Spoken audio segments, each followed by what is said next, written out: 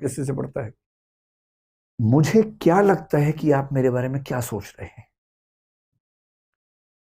बड़े खतरनाक बात है। मैं आपको एक एग्जाम्पल से बात समझाता हूँ। एक बार मुझे एक ध्यान है, होली की शाम को कवि सम्मेलन चल रहा था। जब मैं स्टूडेंट था तो हम ये सब हरकतें करते थे होली की शाम को। मैं भी उसमें रहता था। 20-30 दोस्त होते थे। लोग अपनी कविताएं पढ़ते थे, तालियां बजाते थे। अब उसमें एक लड़का था, बहुत ही रद्दी किस्म की कविता लिखता था। उसे बिल्कुल कविता लिखनी नहीं आती थी। आती हमें भी नहीं थी, पर हम कहते थे कि हमें नहीं आती तो हम नहीं गाते थे। उसको आती नहीं थी पर उसको लगता था कि आती है। ये सेल्फ का कंसेप्ट बिगड़ा हुआ था। अब उसने घटिया सी कविता सुनाई सबके सामने, बहुत ही घटिया सी कविता। अब इमेजिन कर लीजिए कुछ भी। अब उसने एक लाइन बोली, जैसे जैसे कुछ हम ज्यूम कर लें कि आज मैं होली खेल रहा था।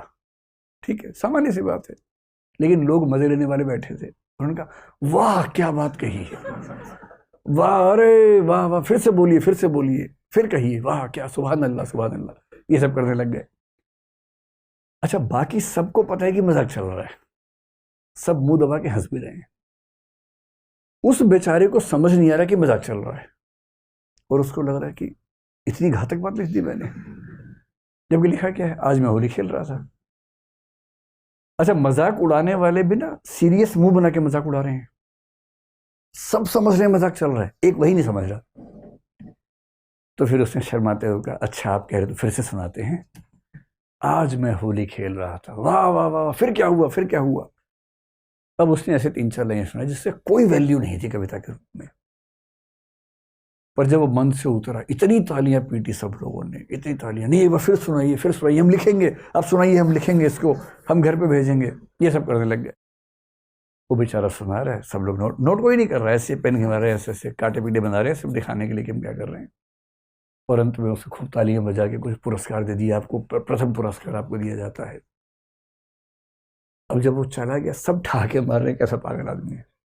और वो जिस भाव से गया है, वो सिकंदर समझ रहा खुद को कि मुझसे अच्छा कभी कोई नहीं है।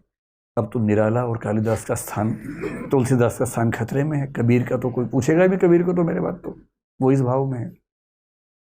खेल किस चीज का है, मुझे क्या लग रहा है कि आप मेरे बारे में क्या सोच रहे हैं, जबकि सब मजाक बना रहे हैं, पर इसको लग रहा है कि लोग उसे तारीफ कर रहे हैं।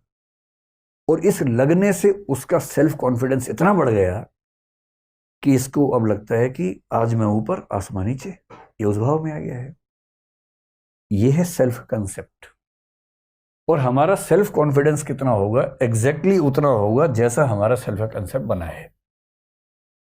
और वो बनाने में बहुत बड़ी भूमिका हमारे आसपास के लोगों की। यदि कोई आपके घर में ऐसा है जो लगातार आपको धिक्कारता रहता है, इतना भी नहीं आता, तुम्हें ये भी नहीं आता, आप पानी लेके गए, गिलास गलती से गिर गया, साल में एक आध बार हम सबसे गिलास गिरता है, उनसे नहीं गिरता जो उठाते ही नहीं है। जो मालिक लोग हैं उठाते नहीं, उनसे क्यों गिरेगा भाई। वो हमेशा बोलते पानी लाओ, कोई ला के देगा पानी, वो उठा के पी लेंगे, टेबल पे रखा हुआ, उनसे नहीं गिरता। जो रोज 50 बार पानी लेके जाएगा, कब लेके जाएगा, कभी तो गिरेगा उससे एक आध बार। एक बार कब गिर गया किसी से, और उसे क्या कहा लोगों ने, बेशरम, इतना भी नहीं आता, इतने बड़े हो गए, पेड़ जैसे हो गए, कब उठाना नहीं आता तुम्हें अब तक। जबकि रोज 50 बार को 365 से गुणा कर लीजिए, मतलब 3650, मतलब 18-20 हजार बार उसने गिलास रखा, तब एक बार गिरा है, और उस पर इतनी गाली दे दी। होना क्या चाहिए, 20 हजार बार में एक बार गिरा, चलो गिरा तो हमें लगा भगवान तो नहीं हो भाई तुम, 8-10 बार तो गिरना ही चाहिए था, एक ही बार गिरा। ऐसे बाप और माँ मिल जाएंगे तो बच्चे में कॉन्फिडेंस रहेगा, और वैसे मिल जाएंगे तो जो थोड़ा बहुत कॉन्फिडेंस खत्म हो जाएगा।